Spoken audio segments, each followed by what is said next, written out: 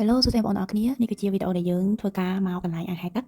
ដើម្បីហែលទឹកហាត់ប្រាណទាំងអស់គ្នាតោះតាមទាំងអស់គ្នាថាការហែលទឹករបស់ខ្ញុំនឹងបានល្អដល់កម្រិតណាហើយចាំបងប្អូនទាំងអស់គ្នាជួយដាក់បន្ទុកឲ្យម្នាក់មួយផងណាហើយឥឡូវហ្នឹងគឺយើងកំពុងតែដើរស្វែងរកកន្លែងអង្គុយ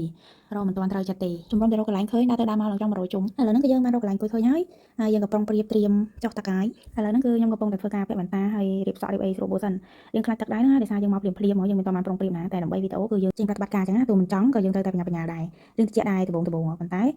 យើងទៅមកដល់អញ្ចឹងយើងមានកម្លាំងច្រើនអញ្ចឹងហើយយើងត្រូវរត់រះបញ្ញាហែលអញ្ចឹងទៅយើងហែលទៅបានឆ្ងាយហើយពេលដែលយើងអស់កម្លាំងគឺយើងអាចហែលទឹកបានឆ្ងាយទេទំខាត់ហាមសើមិញសោះចង់ភ្លេចក្បាច់ហែលទឹកអីណាយ៉ាប់ហ្មងអេដមីនឥឡូវហ្នឹងអត់មានបងអង្គយូរទេគឺទៅហើយជាដំណើរហើយទៅខ្វាយទៅហើយនេះដល់មិនទេនេះមើលវីដេអូខ្លួនឯងហែលទឹកដូចខ្វាយដូចមានកម្លាំងអីមិនទេហើយវីដេអូហ្នឹងគឺអត់មានបានសារឲ្យវាដើរលឿននៅមើលក៏ឲ្យវាយឺតអីអត់ទេណាគឺវីដេអូស៊ីនហ្មងហើយមើលហែលទឹកហយគាត់តែមើលខ្លួនឯងក៏ចង់ទុំជង្គង់ដែរដូចមានកម្លាំងអត់មានបាយតែញ៉ាំបាយហើយទេមកហ្នឹងហើយមិញទៅប្រាប់ឲ្យបងប្អូនតោះគ្នាជួយដាក់បន្ទុកឲ្យឥឡូវហ្នឹងឃើញអត់មើលពេកក៏ដាក់បន្ទុកឲ្យខ្លួនឯងហ្មងទៅគឺថាហែលបែបអត់មានបាយញ៉ាំមួយថ្ងៃអីចឹងហ្នឹងអីទេអេដមីនអត់ដែរចេះប៊ូលូគេចេះតែប៊ូលូខ្លួនឯងចឹងហ្មង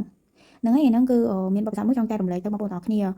អេដមីនគឺមកហែលទឹកហ្នឹងគឺមិនមែនមកលេងទេមិនមែនមកហែលទឹកថាអត់សុខមកហែលលេងទេមិនមែនទេគឺអេដមីនតែគិតថាមកហែលទឹកជារៀងរាល់ថ្ងៃហ្មងជំនួសដល់ការហាត់ប្រាណមិនជំនួសការហាត់ប្រាណទេដូចជាយើងហែលទឹកដូចយើងហាត់ប្រាណដែរអញ្ចឹងណាដោយសារអេដមីនមានបញ្ហាខាងភាពសរសៃចង្កេះចឹងហើយពេទ្យតម្រូវឲ្យអេដមីនហ្នឹងមកហែលទឹកដើម្បីឲ្យយើងធូរស្រាលពីជំងឺចឹងណាព្រោះដោយសារជំងឺហ្នឹងគឺអត់អាចមានថ្នាំណាមកព្យាបាលយើងបានទេគឺគេព្យាបាលយើងដោយការហាត់ប្រាណនិងការហែលទឹកហើយឥឡូវហ្នឹងអេដមីនបានដាក់គោលដៅខ្លួនឯងហើយគឺជារៀងរាល់ព្រឹកអេដមីនដឹងតែមកអាងទឹកហ្នឹងដើម្បីហែលទឹកហើយបើសិនមិញអេដមីនមកពេលព្រឹកប៉ុន្តែអាហ្នឹងដោយសារ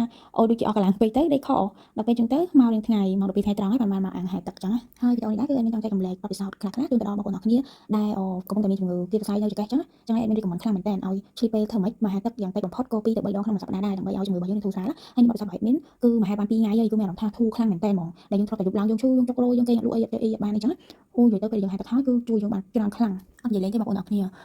បើយើងហាត់ប្រាណក៏វាអាចជួយយើងឲ្យធូរដែរប៉ុន្តែការហាត់ប្រាណវាបានជួយតិចតួចទេប៉ុន្តែបើការហែលទឹកវិញគឺជួយខ្លាំងមែនតើហ្មងយើងឃើញប្រសិទ្ធភាពតាំងពីថ្ងៃដំបូងដែលយើងមកហ្មងណាពេលដែលយើងមកហែលទឹកថ្ងៃដំបូងគឺធូរស្រាលខ្លាំងហ្មងនិយាយទៅបងអេដមីនខ្ជិលដែរហ្នឹងខ្ជិលហែលទឹកក៏មានណាគេមកអង្គុយហែលទឹករងថ្ងៃដល់ទៅពេលសាកមកហែលទឹកម្ដងហើយយើងទទួលបានលទ្ធផលពេលចឹងទៅឥឡូវគឺលេងខ្ជិលហើយបញ្ញាចិត្តហ្មងថាគឺព្រលឹមឡើងគឺត្រូវទៅរកអាងទឹកដើម្បីហែលទឹកដើម្បីព្យាបាលជំងឺចឹងព្រោះដោយសារគ្រូពេទ្យគាត់និយាយហើយថាជំងឺហ្នឹងគឺយើងជាអ្នកជួយខ្លួនឯងអត់មានថ្នាំណាមកព្យាបាលយើងជាបានទេនេះទម្លាប់អេដមីនគឺថាចេញពីអាងហែលទឹកមកគឺមករកកាហ្វេសិនហើយនិយាយទៅថាអត់អីអត់បានតែបើអត់កាហ្វេគឺមិនអាចអត់បានទេហ្នឹងហើយឥឡូវហ្នឹងវីដេអូរបស់យើងគឺបានមកដល់ទីបញ្ចប់ហើយអរគុណបងប្អូនទាំងអស់គ្នាដែលបានទស្សនាវីដេអូនេះតាំងពីដើមរហូតមកដល់ចប់ហើយកុំភ្លេចជួយដាក់បន្ទុកការហែលទឹករបស់អេដមីនឲ្យអេដមីនផងដោយសារអេដមីនមើលខ្លួនឯងហែលទឹកវាមិនទេហ្នឹងហើយនិយាយលេងទេហើយបើស្រឡាញ់ចូលចិត្តកុំភ្លេចជួយ Subscribe Channel YouTube របស់អេដមីនម្នាក់មួយផងណា